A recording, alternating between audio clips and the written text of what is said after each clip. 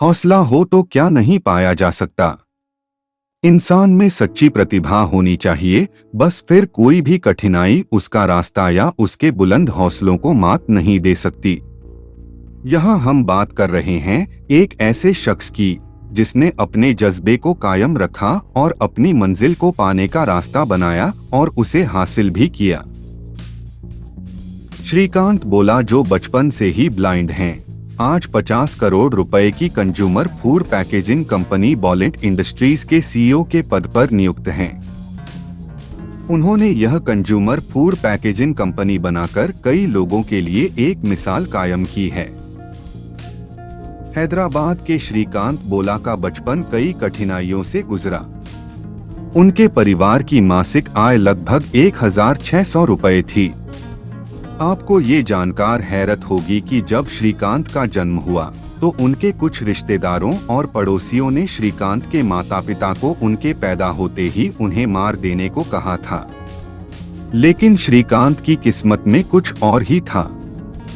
किस्मत भी उन्हीं का साथ देती है जो खुद पर भरोसा और अपनी मेहनत से कुछ कर दिखाने का दम रखते हैं। श्रीकांत बचपन से ही पढ़ने में तेज थे।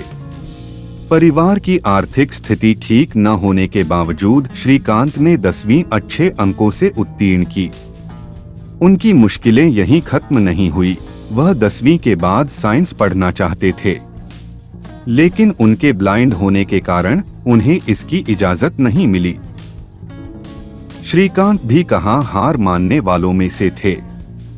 कई महीनों की लड़ाई लड़ने के बाद आखिरकार श्रीकांत को साइंस पढ़ने की इजाजत मिली और इसी के साथ श्रीकांत देश के पहले ब्लाइंड बने जिन्हें 10वीं के बाद साइंस पढ़ने की अनुमति मिली।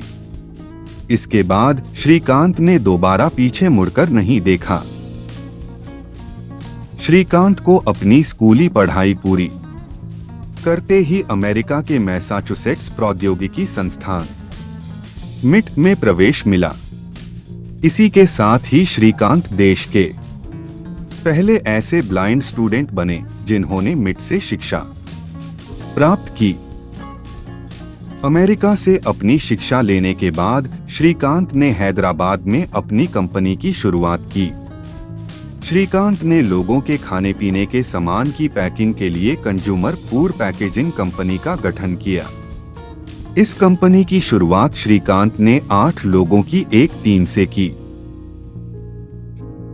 उन्होंने इस कंपनी में सबसे पहले आसपास के बेरोजगार लोगों को जोड़ा, जिसमें श्रीकांत ने ब्लाइंड लोगों को काम दिया। जब श्रीकांत की कंपनी अच्छी रफ्तार पकड़ने लगी तो फंडिंग की दिक्कत आना शुरू हुई। लेकिन श्रीकांत इससे पीछे हटने वाले थोड़ी थे। उन्होंने कई फंडिंग कंपनियों से और निजी बैंकों से फंड जुटाकर अपने काम को आगे बढ़ाया। श्रीकांत की कंपनी ने फर्श से अर्श तक का सफर तय किया। आज श्रीकांत की कंपनी के तेलंगाना और हैदराबाद में 4 प्लांट है, जिसमें हजारों की संख्या में कर्मचारी कार्यरत है। श्रीकांत कहते हैं कि जब सारी दुनिया उनसे कहती थी कि वह कुछ नहीं कर सकते तो वह उनसे कहते थे कि वह सब कुछ कर सकते हैं। आज जिस मुकाम पर श्रीकांत हैं, उन्होंने अपनी इस बात को साकार भी कर दिखाया है।